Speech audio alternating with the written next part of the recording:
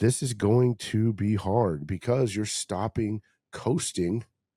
You're not chasing vague goals any longer. You're creating livable standards for what your life looks like and how it gets created one step at a time, one day at a time.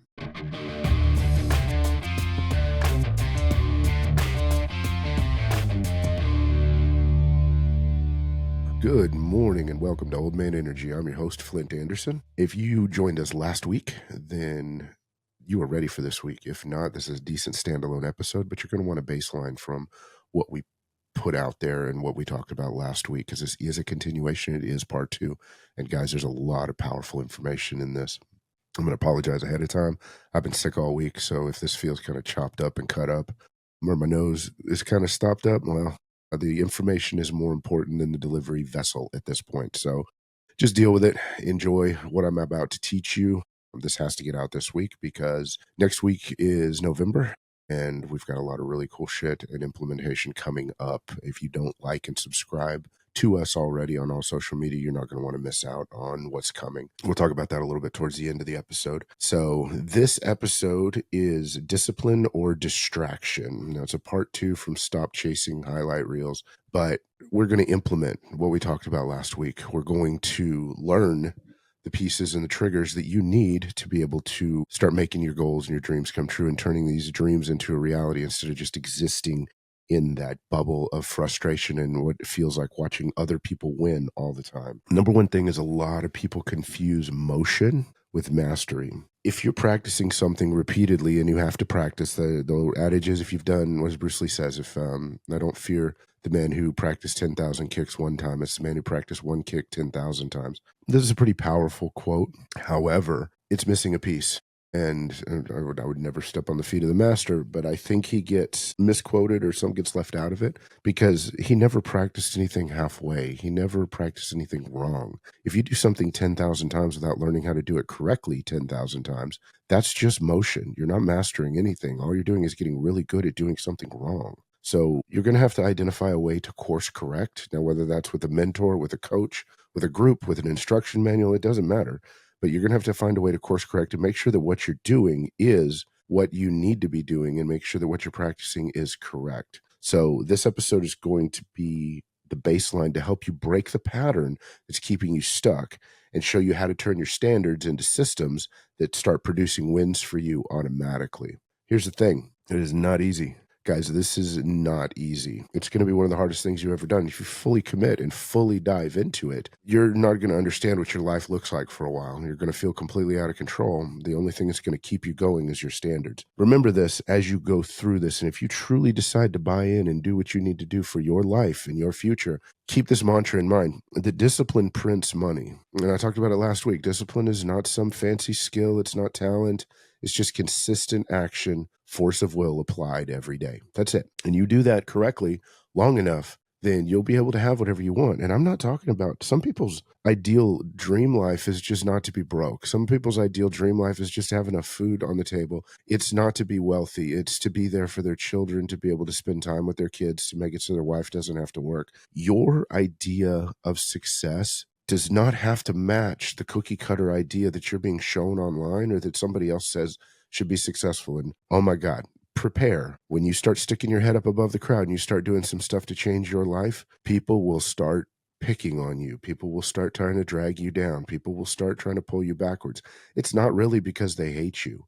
It's more because you're invalidating their excuses for why they are where they're at by attempting to better yourself. So remember, everybody's watching. And guys, doesn't matter if you're 20 or if you're 50. Because I'm going to tell you right now, I've overwhelmingly, since I quit drinking, the response has been positive. My family's been incredibly supportive. It's been a positive decision and environment for me all the way around, except for some unexpected sources that at 50 plus years old belittled and made fun of me, talked down to me, just was very insulting. It was ridiculous. That person no longer has a place in my life because you know what? It's okay to cut toxic people out. And it doesn't matter how close they are. If they don't feed the engine and they don't bring something positive to your life, you are allowed to shut them down. And if you're choosing to chase your dreams, pursue your goals, and make your life different, your family's life different, there's going to be people that don't like you and you've got to get rid of them. And if you can't get rid of them for whatever reason, then you need to severely limit your time and exposure to them. And maybe grow a set and stand up to them and tell them to shut the fuck up. Yes, that's okay too. Enforcing boundaries is critical to making things happen in your life. You won't get anywhere without boundaries. So I want to touch base on this a little bit. I was talking to Des yesterday. We were remembering when we were first building the businesses back in the early 2000s. And yes, I know that's ancient history for some of you guys, and some of you listeners weren't even born then. But we were talking about what we had to do and the struggle and the challenge that was there in building our businesses. And I don't think we've ever talked about that on the podcast before. I'm going to spend a long time talking about that next week and telling those stories specifically. But what I want to tell you is that you don't tell your goals to everybody, but have a very select few group of people, mentors, spouses. Your spouse should always know what you're doing, whether they believe you or not, simply because they're going to be the most directly impacted by whatever it is that you're doing. Number two, you want to share with people so that you're accountable, but not so that you get the dopamine hit for doing shit you haven't done yet. But you need people, and you need to share this with people that either mentor you. And if you don't have anybody that mentors you, then you need to ask them. And if you're a high producer, then you need to pay them, because they need to be financially or emotionally vested in the outcome of the advice that they're giving you. But as you're a young man starting out, there are a lot of older guys out there like me that will mentor you as long as you are putting in the work and as long as you're not lying to them. That being said, share it with a very select group of people that will hold you accountable. Moving forward, as you're being held accountable, this is hard because now you've defined what your terms for success are. You've shared them with people that matter. And now you have to do it. You can't lie to yourself about, well, I didn't really want that anyway, because you've written them down, you've shown other people, and you don't want your spouse to be disappointed in you again. That's a huge driver for a lot of people. I know it is for me. I hate seeing Des disappointed in any way. Hold yourself more accountable than what they're going to hold you. They may still call you on your bullshit from time to time. Don't get pissed off. Actually, do get pissed off. Just don't get pissed off at them. Get pissed off at yourself if that's what happens. As you're going through this, when you've written your standards, you're going to want to audit those standards at least once a week for the first month and at least once a month moving forward to make sure that your standards are driving you in the direction of your goals. You don't change every day, because that's not actually any kind of consistency or discipline. That's just adjusting the playing field or moving the goalpost to make it look like you're winning. It's a lie, and don't do it. Don't play in it. But as your standards move forward, they're non-negotiable. You have to do them every day. They're going to suck. You're going to end up doing some creative shit because it's going to end up 11 o'clock at night and you still got 4 things on your list to do. And trust me, it gets interesting.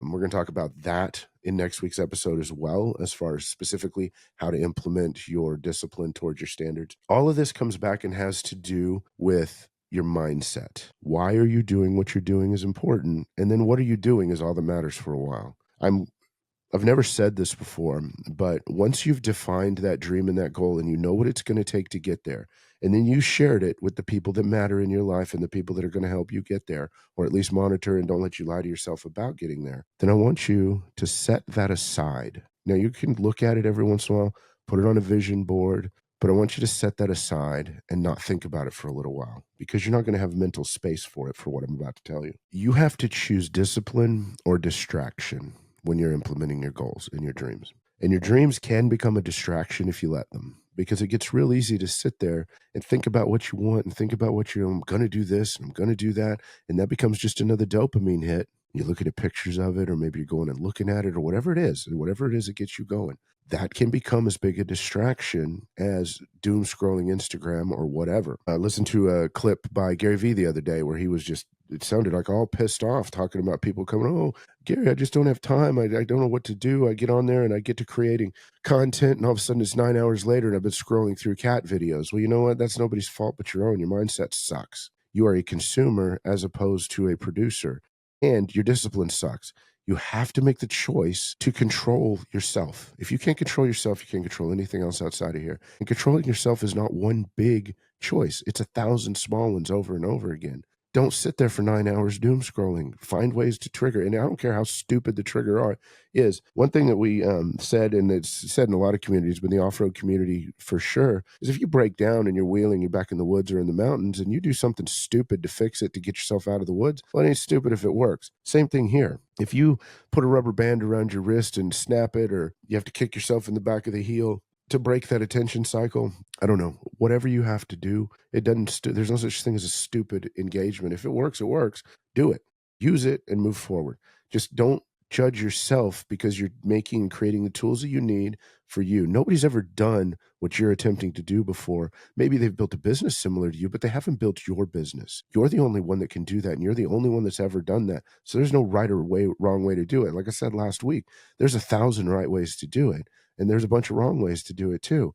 There's no such thing as actually a wrong way to do it, because if you're doing it the wrong way, it's not going to happen anyway. So there's a bunch of right ways to do it. You can do a lot of wrong things, but they're not going to get you where you want to go. You have to make sure that you are staying productive and not just busy. Make sure that what you're doing is actually producing something. We've all been at the grocery store. We've had our grocery list or a to-do list. This is a good one. To-do list for the day. End up doing a lot of shit that's not on the list, buying a lot of things that are not on the list. We add them to the bottom of the list so we can check them off. Yeah, that's busy work. It makes you feel good. It's that short-term dopamine hit right there, but it does not prove or provide anything to you long-term. It's not productive. So you need to audit yourself, and you made sure that you're accelerating towards your goals, and what you're doing is actually working and producing and not just appearing to be busy, because you can end up with an entire week behind you where you have been busy as hell, you're exhausted, and didn't do a damn thing. Don't do that. Don't be that guy. Check every day. Check at the end of the day. Did I produce things? Did I hit my 4 or 5 specific tasks today that were going to make me successful and going to drive my business forward? And I know that sounds like an insanely low number, but it's really hard to hit 3. It's incredibly challenging to hit 4. It's really hard to hit 5. I know a few people out there that do more than that, but the way that they do more than that is a specific skill set. I'll teach that in a different episode. Maybe I'll do that as a stand aside where you guys can shoot me a DM. Anybody wants to hear that, I'll create that for you guys on how to create and how to do more than 5 critical tasks throughout the course of the day. But here's a secret. In order to do more than 5 critical tasks a day, you have to consistently be able to do 5 critical tasks in a day. If you honestly look at yourself, you're probably not doing even 2 or 3. You're doing a lot of shit, but none of them are critical towards what you want. Yes, this is going to be hard because you're stopping coasting what you're doing. You're not chasing vague goals any longer that, that'd be nice to have one day. I'm really going to enjoy myself. Eventually, maybe when I retire, we'll do this. You're creating livable standards for what your life looks like and how it gets created one step at a time, one day at a time. So whenever you are auditing yourself, you're not only looking at your standards, you're looking at your habits. What's moving that needle? If one of your goals is fitness and to stay in shape, and all of you should have that goal to be healthier, because a healthy body creates a healthy mind, it creates a healthy environment for you, and you eat like crap, well, guess what? Your habits are killing you. You need to change your habits a little bit. You can apply this in all 4 areas: life, body, business, and mind. You want to take your non-negotiables, the things that you just are no longer willing to put up with, and we talked about non-negotiables a lot last week, but in each of these 4 categories, and you're going to reverse engineer them. You're going to figure out what you need to do daily to make them happen. It really is that simple. Those then become your critical tasks. 4 categories plus 1 outlier, just in case there's something else or extra that needs to happen that's not covered by the first 4. There's your 5 critical tasks. That is a rudimentary system for success, and it works every time across the board, no matter what. Now, here's what else I want you to think about. When you fail, because you are going to fail sometimes. Now, failure consistently is lack of implementation. We're not going to talk about that right now. We're going to talk about the day that you didn't accomplish everything. Maybe you were sick and you couldn't do whatever you want. What? I don't care what it is. I don't care what the excuse is. You failed. You didn't finish your non-negotiables for that day. Have a plan in place for what you're going to do when that happens. Because if you don't have a plan in place, and it needs to be written down, you need to think about it and say, okay, if I don't accomplish this, here's how I'm going to redirect, and here's how I'm going to refocus for next week, for tomorrow, whatever it is. Because what tends to happen is especially in fitness goals coming up the first year, this happens all the time. People set New Year's resolutions and then they don't do it for the first week, and all of a sudden they throw, well, and okay, maybe next year. And it's like January 7th. The running joke at the gyms is full of these guys. The thing is if you had $400 in your pocket and you dropped a $10 bill, you wouldn't throw away the $390 because, well, I lost that money, so screw it. It's just not worth it. No, you would. That's insanity. But you do it every day whenever you fail to achieve 100% of your goals every time. Well, I guess I'm not perfect. I'm just not cut out for this. I'm not made for this. I can't be an entrepreneur. My family can't have a better life. No, that's not how that works. And if you don't have a plan for how to get back on track if you've messed up, then all it's going to do is eat at you, and you're going to end up throwing out the $400 because you lost 10. Don't do that. Have a plan. It could be a stupid plan as, okay, I'm going to admit it. I'm going to own it. I'm going to move on. I'm not going to do it again tomorrow. That's cool. No problem. I promise you, if you have 400 days back to back and you mess up on day 4 on 2 of your items and day 5 on 3 of your items, on day 300, You're not going to remember that. You won't know. You won't even know what it was. You won't even remember what day it was.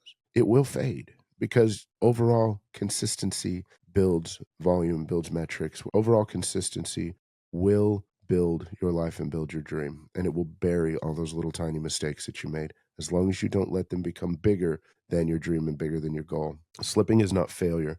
Quitting is. There's no such thing as failure in my house. There's no such thing as failure when I was raising my children. Failure is giving up and never trying again. That's failure. Well, mistakes are allowed. Well, we're going to get out there. I tell my kids and told my kids, go out there and screw some shit up.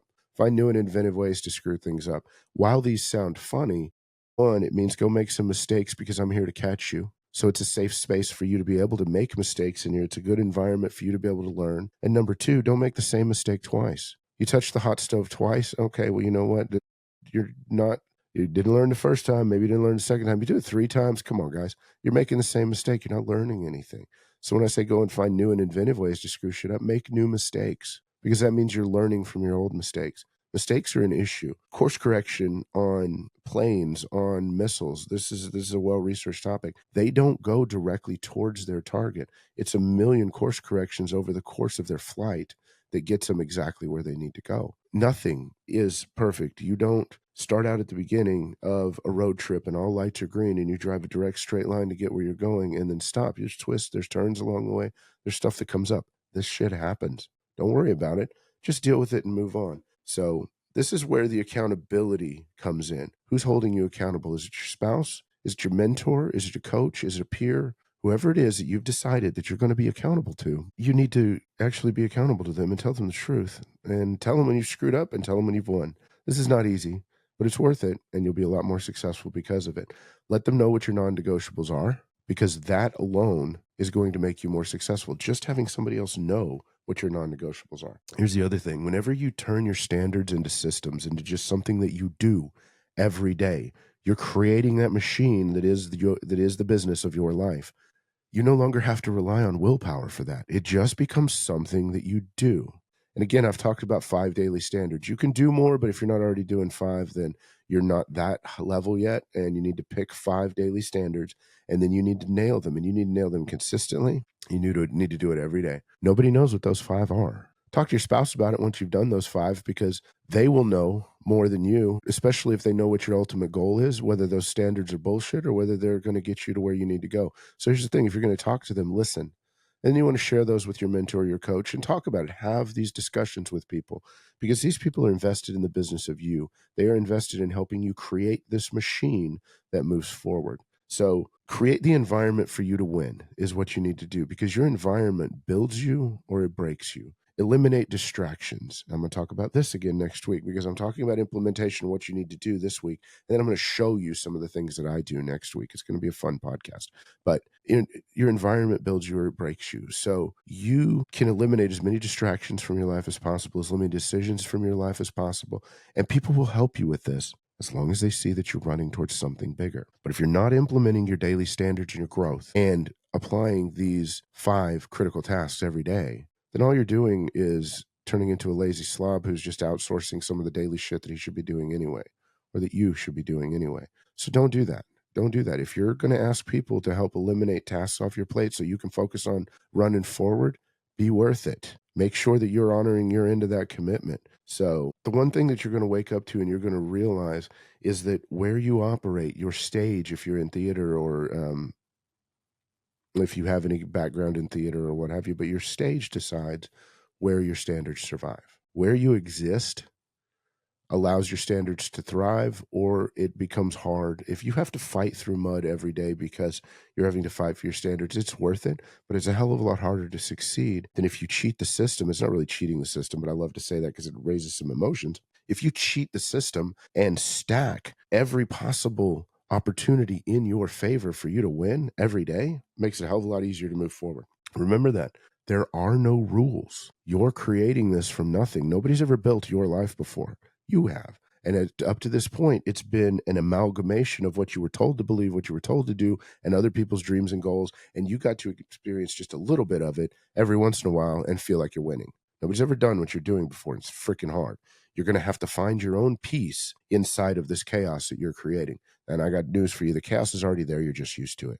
You're not creating new chaos. You're switching one for another. So the next step in this is once you start implementing this and once you get over the initial excitement, which usually takes about 2, sometimes 3 weeks, it gets really, really boring. Nothing is going to feel like it's changing. You're not going to see huge wins initially. You're not going to see massive change. It's just going to feel like the same thing. Or you're going to feel like you're going backwards. That sucks. It does, but it happens. So keep building. This is where your standards are going to take over. This is also where you need to focus on those wins. You need to focus. If you're in sales and you're not making those big deals, you are focusing on responses in this stage and not wins. What does that mean? Well, I got 500 people on my list. You need to burn that list. Get through it as fast as possible. You don't give a rip whether they say yes or no to you.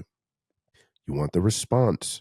You don't want that unknown sitting there because that adds stress. So you don't care if they say yes or no. You just want the response. Oh, but I might not sell anything. Yeah, but you might, and you will. It's impossible. You will not, even if you suck at it, you won't go through a list of 500 leads and not sell something. You can't help it.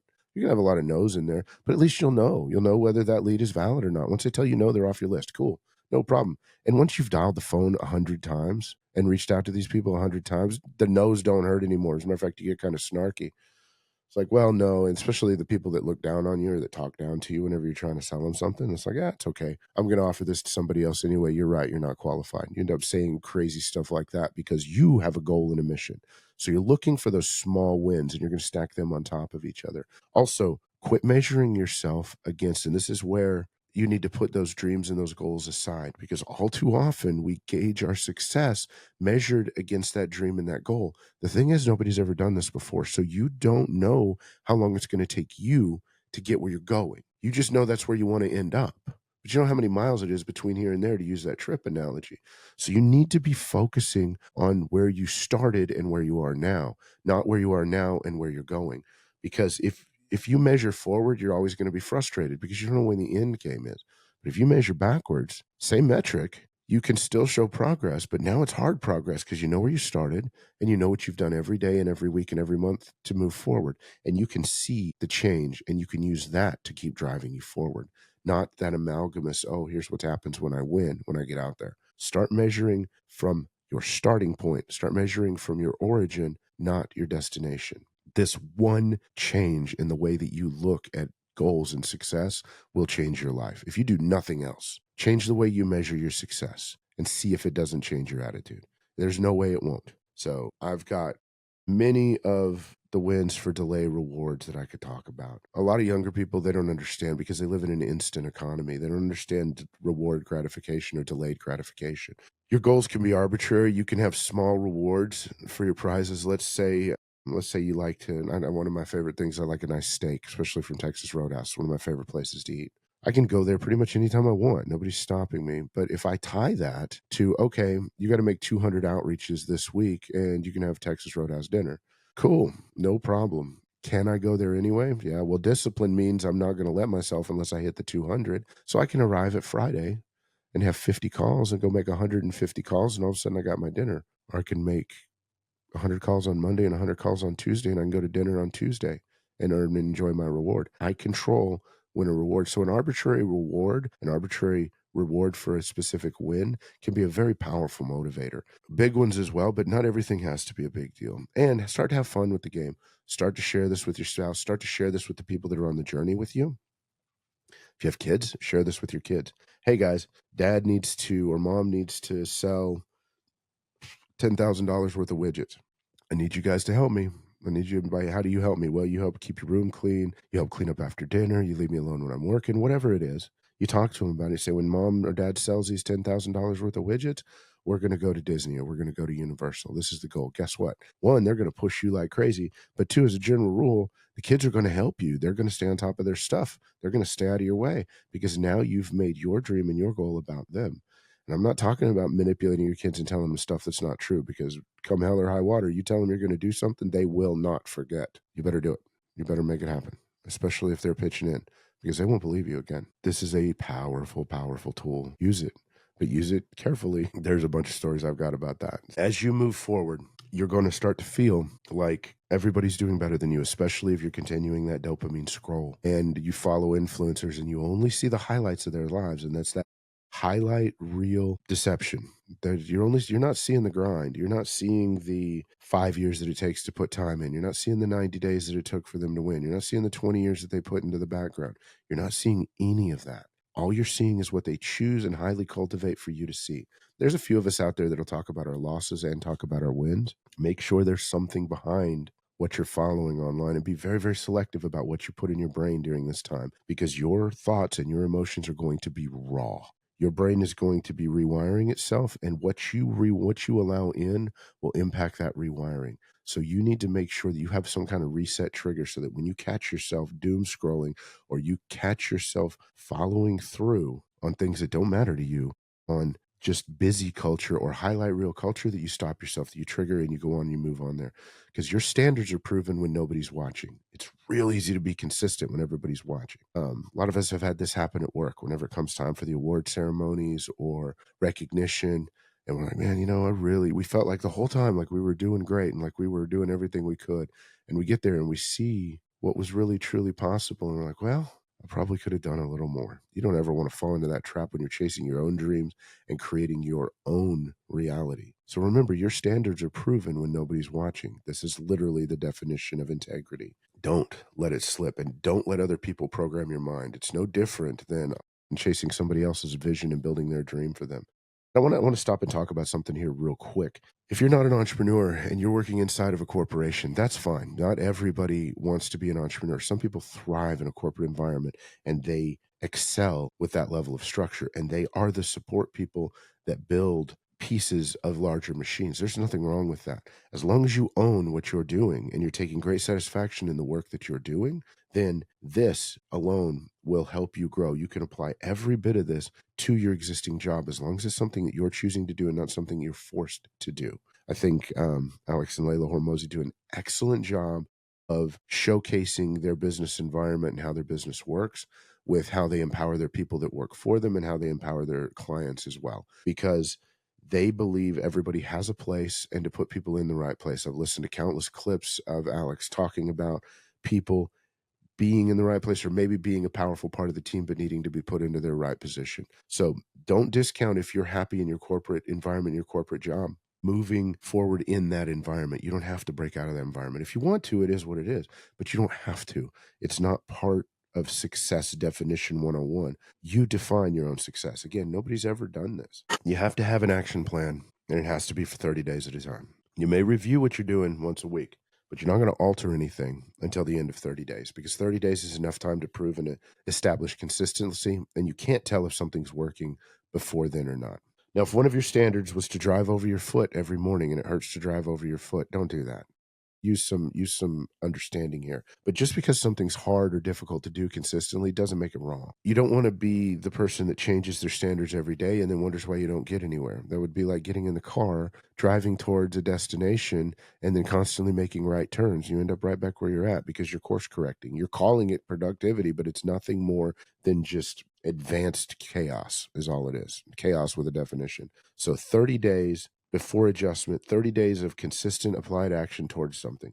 In the long term, this is nothing. You're not going to miss out on anything by trying something you've never done before for 30 days. If you have a defined vision and you've extracted your daily non-negotiables from there, and you set arbitrary deadlines, yes, I said arbitrary, because they are. Because you know what? Nobody cares if you hit that deadline in 90 days or 6 months or 2 years. It's your deadline.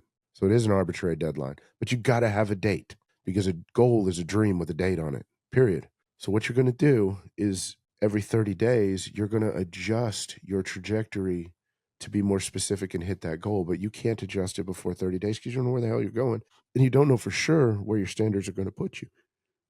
Because again, you haven't done this before, neither has anybody else. So specializing in specific things that you do every day and putting these systems in place are what are going to make you stand out, and stand out not only in your market, but it's going to start to come across to your clients and the people that you're doing business with, and sometimes even your employees, that things are different now. They aren't going to be able to lay their finger on it. And especially, they may not ever be able to tell because you're not sharing it with them.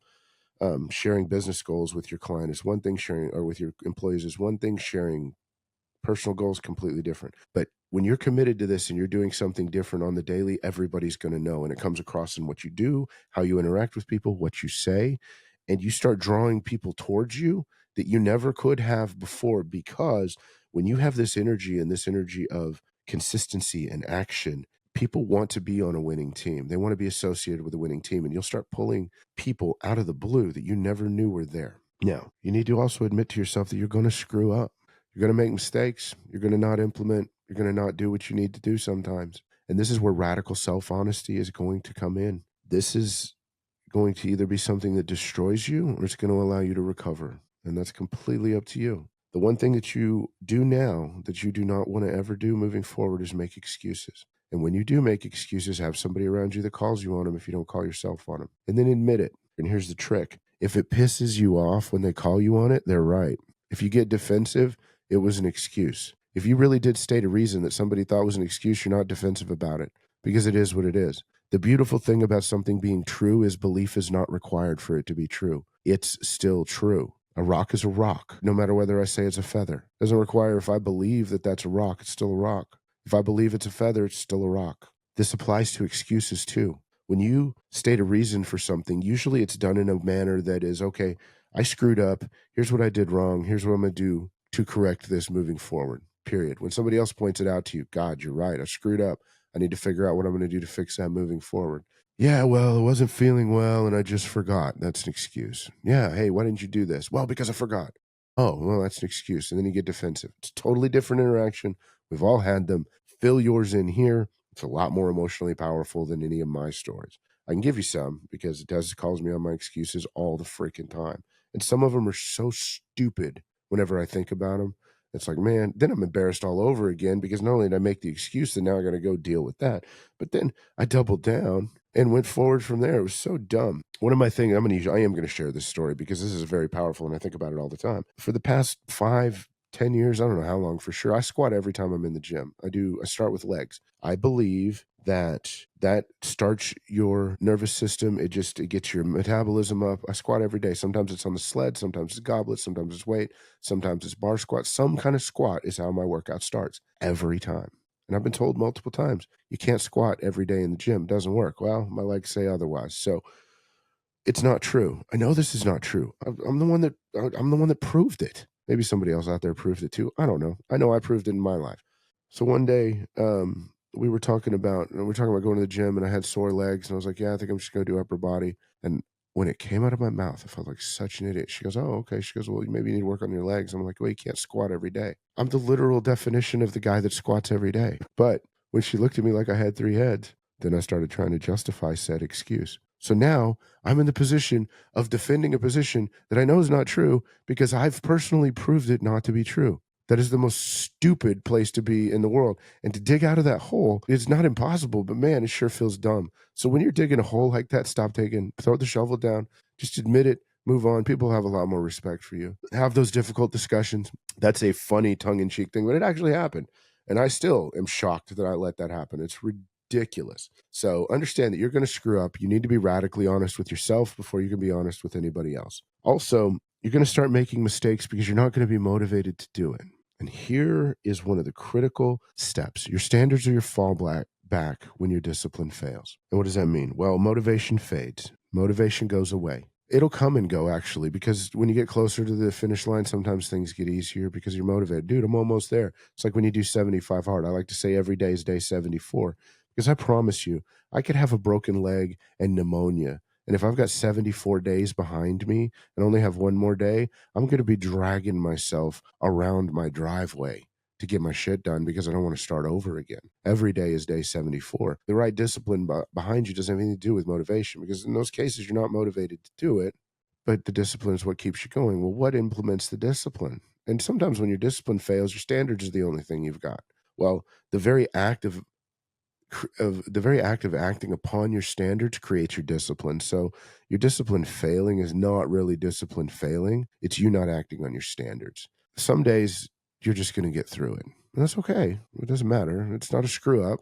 It's like going to the gym and having a crappy workout is better than not going to the gym. You were still at the gym. And 100 days from now, all you're going to remember is that you went to the gym that day. But you'll also remember if you didn't go to the gym that day. So you have to do enough so that those bad mistakes and those bad choices fade over the sheer volume of the good choices that you've made. So here's what I want to do, and here's what I want to leave you guys with on this. And this is your call to action.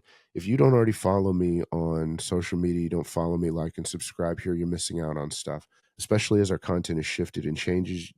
You want to be you want to be a part of this. You want to be able to take advantage of it. But also, if you're not associated with me outside of here, and you want to work with me in a mentor relationship, in a coaching relationship, or in a business consulting relationship, then send me a DM. Let's talk and see if it's a fit. But for right now, here's your call to action, and here's where I want you to move forward on. I want you to sit down. I want you to truly look at what you want and be honest with yourself about what you're doing to get there. And it's okay if you say nothing, because a lot of people are doing nothing. A lot of us out there have just been coasting. And then I want you to choose one thing, one standard for the next 7 days, just one, that you're going to do every day. It could be as simple as I'm not going to have sugary drinks if that's a big deal for you, or I'm going to get some sort of exercise in for 45 minutes if that's a big deal for you. Whatever it is, make it public. One standard. And then I want you to comment wherever you're listening to this, comment below. Let me know what your standard is. Let us all know what your standard is. That can be your public declaration. I want to watch you guys win. Now, if you want a 7-day standard tracker, which I only have a 30-day standard tracker, and it's just basically my review sheet for the end of 30 days, I'll be happy to share that with you guys. Send me a message. I'll get you a link for it. Pick your one thing that ties in with what you want. Post it up here. Post it up publicly. Let your spouse know. If you don't have a spouse, let somebody who cares about you know what you're going to be doing for the next 7 days, and then do it. That's it. That one thing. See how your life changes. See how it helps. Guys, again, make sure you're liked and subscribed. I'm going to do this on a slightly different level. You're going to see on next week's podcast what I'm talking about and how this works. I want to show you guys specifically what I do in my life to make all of this stuff happen, and the tools that I've used to build my businesses over the years. Thank you guys for your attention. Make sure to like, share, subscribe, do all the different things. I know we keep saying that, but attention is what drives this, and that's what gets us in front of other people that may need to hear this message. So don't just listen, take some kind of action today for yourself and to help us out, because I don't charge anything for my podcast and I never intend to, but I do want to make sure that we continue to grow and get in front of the right people. I love y'all. Peace.